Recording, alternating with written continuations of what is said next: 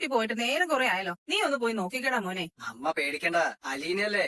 അവൾ ആ പെങ്കൊച്ചിനെ സമാധാനിപ്പിച്ചിട്ടേ വരത്തുള്ളൂ. ആ ഗോപനും ഓമനക്കുട്ടനും വല്ലതും ചെയ്യുമോന്ന് എന്റെ പേടി. അമ്മ ഒന്നും മിണ്ടാതിരിക്കെ, അമ്മയുടെ ഒരു പേടി. എന്നാലും എത്ര നേരായിടാ പോയിട്ട്. ഞങ്ങള് പേടിച്ച് നിക്കുവാ. എന്താ ഇത്രയും താമസിച്ചേ? ആ പാവം പെങ്കൊച്ച് തകർന്നു കിടക്കുമായിരുന്നു. അതിനൊരു കൈത്താങ്ങ് കൊടുത്ത് ഇനിയിപ്പിക്കണ്ടേ. ഇത്രയും സമയമെടുത്തു. മോളോട് മിണ്ടിയോ? ഞാൻ ആശ്വസിപ്പിച്ചിട്ടാ പോകുന്നേ. നാളെ വരാന്ന്. ഷാജിച്ചേട്ടാ, എന്നെ ഒന്ന് വീട്ടിൽ കൊണ്ടുവിടാവോ? ഒത്തിരി നേരം പോയി. ആയിക്കോട്ടെ. നല്ല അയൽക്കാരെ ഞാൻ കണ്ടു. എന്നെ വലിയ ആപത്തിൽ നിന്ന് രക്ഷിച്ചു. എനിക്ക് ഉടുക്കാൻ വസ്ത്രം തന്നു. എനിക്ക് കഴിക്കാൻ ആഹാരം തന്നു. ഇതൊന്നും ഞാൻ മറക്കില്ല കേട്ടോ, ഒരിക്കലും. കുട്ടിയുടെ ഏറ്റവും നല്ല ഡ്രസ്സ് എനിക്ക് തന്നെന്ന് പറഞ്ഞില്ലെങ്കിലും എനിക്കറിയാം കേട്ടോ. തിരിച്ചു കിട്ടുമെന്ന് പോലും അറിയാതെ അങ്ങനെ ഒരു മനസ്സുണ്ടായല്ലോ. വളരെ നന്ദിയുണ്ട് കേട്ടോ. നീ പറഞ്ഞ അതെടുക്കാന്ന് വിചാരിക്കണ്ട. അത് ഇവിടെ കൊണ്ടുവന്ന് തിരിച്ചു തന്നേക്കണം. ഓ തന്നേക്കായി. അല്ല പോവാം. കൂടാമേ. പോട്ടെ അമ്മേ. പോയിട്ട് വാ മോളെ. മോളോ പോട്ടെ, ഞാൻ നാളെയും വരും. കാണാം കേട്ടോ. ഓരോ വീട്ടിൽ ചെന്ന് അവിടെ ഉള്ളവരുടെ ജീപ്പിനെടുത്തിട്ട് വരാൻ പറ.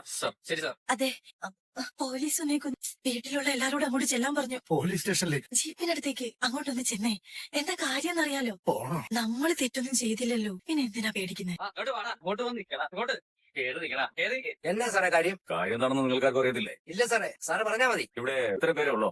ബാക്കിയുള്ളവരുടെ പോയി. ഓരോരോ വഴിക്ക് പോയ സാറേ. അല്പം മുമ്പ് വരെ ഇവിടെ 30ഓളം പേര് കൂടിയിട്ടുണ്ടായിരുന്നല്ലോ. എല്ലാവരും ചേർന്ന് ഒരു പെൺകുട്ടിയെ മണ്ണെണ്ണ ഒഴിച്ച് കത്തിക്കാൻ ശ്രമിച്ചതായി വ്യക്തമായി വിവരം കിട്ടിയിട്ട് വന്നതാണ് ഞങ്ങൾ. സാറേ, അതിനെ ആരും കത്തിച്ചിട്ടൊന്നുമില്ല. ദേഹത്ത് മണ്ണെണ്ണ കുടഞ്ഞു എന്നുള്ളത് നേരെ, അല്ലാതെ തീയൊന്നും കൊളുത്തിയിട്ടില്ല. ഇവിടെ നിങ്ങൾ ചെയ്ത അക്രമ സംഭവത്തിന്റെ വീഡിയോ ഞങ്ങൾക്ക് കിട്ടിയിട്ടുണ്ട്. കാണോ? കണ്ടോ? ആരൊക്കെ ആ പെണ്ണിനെ ഉപദ്രവിച്ചു എന്നറിയാനേ ഈ തെളിവ് മാത്രം മതി. ഒളിച്ചിരിക്കുന്നവന്മാരോട് മര്യാദയ്ക്ക് ഇറങ്ങി വരാൻ പറ. ഓടി രക്ഷപ്പെടാനോ പതുങ്ങിയിരിക്കാനോ നോക്കിയാൽ ഞങ്ങളുടെ കയ്യിൽ എപ്പോഴെങ്കിലും കിട്ടും. അന്ന് ഇടിച്ച് എല്ലു വെള്ളമാക്കി ഞാൻ. ഇപ്പൊ തനിയെ വന്ന് സറണ്ടർ ആയാൽ തല്ലും ചോദ്യം ചെയ്യലും ഒന്നും ഉണ്ടാവില്ല. നേരെ കൊണ്ടുപോയി കോടതിയിൽ ഹാജരാക്കും. അവിടുന്ന് ജാമ്യം എടുത്തു പോരാ. സാറേ, അവക്കിട്ട് അടിച്ചത് ഞാനാ. മുടുക്കി കുത്തി പിടിച്ചത് സുശീല ചേച്ചിയാ. പന്ത്രണ്ടയ്ക്കാൻ കൊണ്ടുവന്ന് തലവഴി ഒഴിച്ചത് ഗോപന. തീപ്പെട്ടി ഉറച്ചത് ഓമനക്കോട്ടൻ. ബാക്കി എല്ലാരും കാഴ്ചക്കാരാ സാറേ. പിടിച്ചിട്ടുള്ളവനെ കാഴ്ചക്കാരൊക്കെയാണെന്നേ ഈ വീഡിയോ പറയും.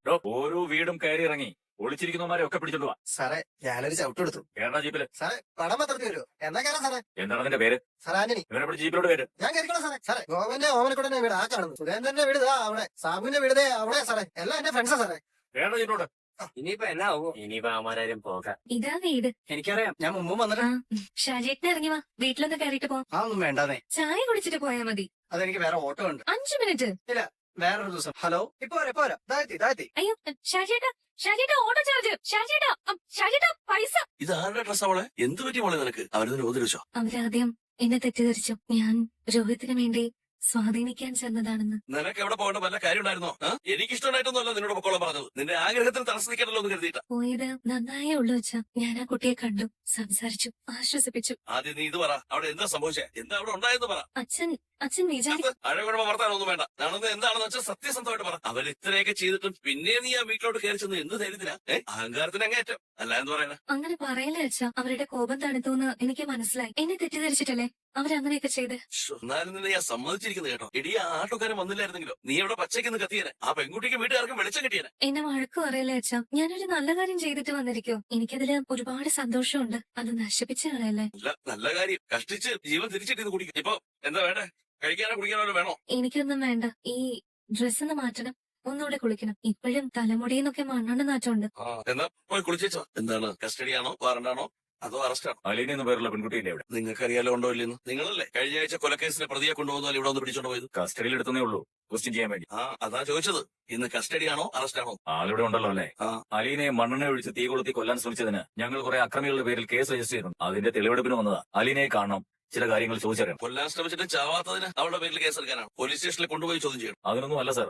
ഒരു സ്ത്രീക്ക് നേരെ ക്രൂരമായ ആക്രമണം നടന്നു. വധശ്രമമായിരുന്നു അത്. കുറ്റവാളികൾ ആരൊക്കെയാണെന്ന് തിരിച്ചറിഞ്ഞ് അവരെ കസ്റ്റഡിയിൽ എടുത്തിട്ടുണ്ട്. അലീനയുടെ ഭാഗത്തു നിന്ന് കുറച്ച് വിവരങ്ങൾ കിട്ടണം.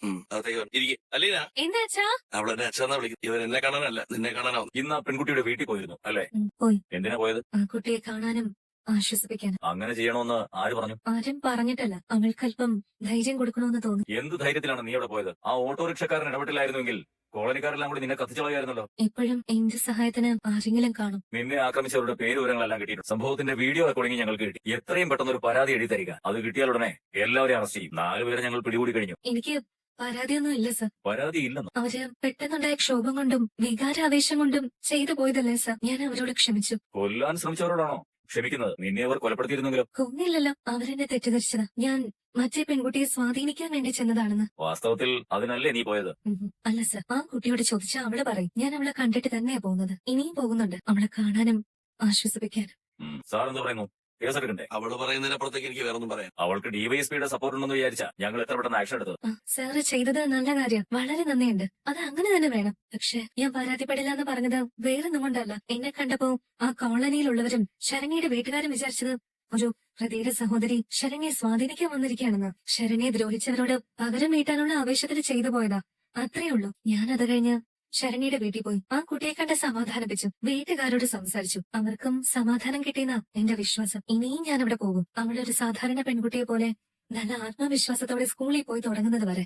അപ്പോ ഞങ്ങൾ പിടികൂടിയ പ്രതികളെ വിട്ടയക്കണം. പോലീസ് വിഡ്ഢികളായി. സർ, അങ്ങനെ വിചാരിക്കല്ലേ. പോലീസിന് അത്രയും ജോലി കുറഞ്ഞു കിട്ടിയില്ലേ? പിടികൂടിയവരോട് ഇങ്ങനെ പറയാലോ, അലീനയ്ക്ക് പരാതി ഇല്ലാത്തത് കൊണ്ട് നിങ്ങൾക്ക് വീട്ടിൽ പോകാന്ന്. അപ്പോ അവർക്ക് എന്നോടുള്ള ദേഷ്യവും മാറും, പോലീസിനോടുള്ള വിരോധവും മാഞ്ഞു പോകും. മനുഷ്യരുടെ മനസ്സിൽ ആരോടും വഴക്കില്ലാതിരിക്കുന്നതല്ലേ സർ നല്ലത്. പോകാം, ഞങ്ങൾ പോവാ. നിങ്ങൾക്ക് വേണ്ടി ഞങ്ങളിവിടെ വന്നത്. ആ പെണ്ണിന്റെ തലയ്ക്ക് എന്തോ കുഴപ്പമുണ്ട്. അതിനെ എവിടെയെങ്കിലും കൊണ്ടുപോയി. അതങ്ങനെ തന്നെ ഇരുന്നു. ദൈവം എന്റെ കൂടെ ഉണ്ട്, പിന്നെ എന്തിനാ ഞാൻ പേടിക്കുന്നത്? ശരണ്യ കാരണമാണല്ലോ ഇപ്പൊ രോഹിയായിട്ട് ജയിലിൽ കിടക്കുന്നത്. അതെങ്കിലും അവൾ ഓർക്കണ്ടേ? ഞാൻ ആരോടും വഴക്കിന് വന്നതല്ല ചേട്ടാ. നീ പിന്നെ എന്നാത്തിനാ വന്നേ? ശരണ്യെ കാണണം, അവൾക്ക് ധൈര്യം കൊടുക്കണം. എന്റെ അനുശക്തിയോ അവരറിഞ്ഞോണ്ടല്ലേ നീ വന്നേ? അവരുടെ ആളല്ലേ നീ? അവളെ ധൈര്യപ്പെടുത്താൻ, ആശ്വസിപ്പിക്കാൻ, അതിനുവേണ്ടി മാത്രം വന്നതാ. നീ ഇവിടെ വരുന്നത് ഞങ്ങൾക്കും ഇഷ്ടമല്ല.